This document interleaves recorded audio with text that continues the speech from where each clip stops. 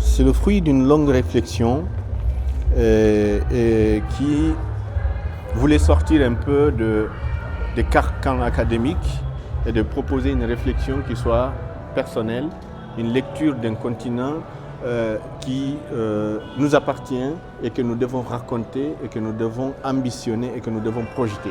Donc pour moi, c'était tout à fait naturel, après avoir écrit dans beaucoup de domaines, de parler de l'Afrique, parce que j'estime que, en tant qu'Africain, en tant que fils de l'Afrique, c'est à nous de décrire les réalités de l'Afrique, mais également de se projeter dans les années 2050-2100 avec la puissance démographique et les responsabilités qui en découleront, qui vont arriver. Et je pense que souvent, on a tendance à juger le contenu des ouvrages par leur volume. Et là, c'est une invitation à réflexion. Et chacun des passages, en tout cas c'est ce que j'ai eu comme impression, invite à davantage réfléchir et à vouloir agir et proposer des solutions. Alors, les thèmes principaux, d'abord, c'est de dire qu'est-ce qu'on entend par Afrique et qu'est-ce qu'on entend par lucidité. En réalité, la lucidité, c'est une invitation à l'action.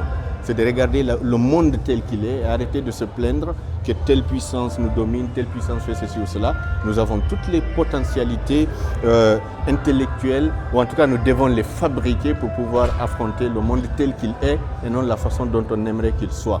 Et que ce soit sur les questions de dette, sur les questions d'emploi, sur les questions d'immigration, sur les questions géopolitiques, géostratégiques, sur les questions des mines que nous avons, que certains essayent de nous convaincre que ce sont des malédictions. Nos mines sont des bénédictions, sinon le monde n'allait pas se ruer vers nous pour les avoir et les amener vers chez eux. Donc nous, notre potentiel, c'est d'essayer de trouver les moyens de les transformer sur place et d'en faire une puissance économique. Cela a été rappelé tout à l'heure par l'un des intervenants, il n'y a pas qu'une Afrique. Vouloir unifier l'Afrique sur un seul mot, c'est un peu compliqué. C'est pour ça que je suis parti des réalités et des ambitions économiques, des challenges économiques qui sont ceux du continent africain, parce que pour moi c'est le premier aspect. Aujourd'hui, quand vous voyez des jeunes Africains périr dans la Méditerranée, vous leur posez la question, la première réponse, ce n'est pas parce que l'Union africaine ne fonctionne pas bien. Ça ne les intéresse pas. Ce qui les intéresse, c'est de savoir est-ce qu'ils ont de l'emploi chez eux, est-ce qu'ils ont bien formé, est-ce qu'ils ont des capacités à nourrir leur famille, à se projeter dans le futur.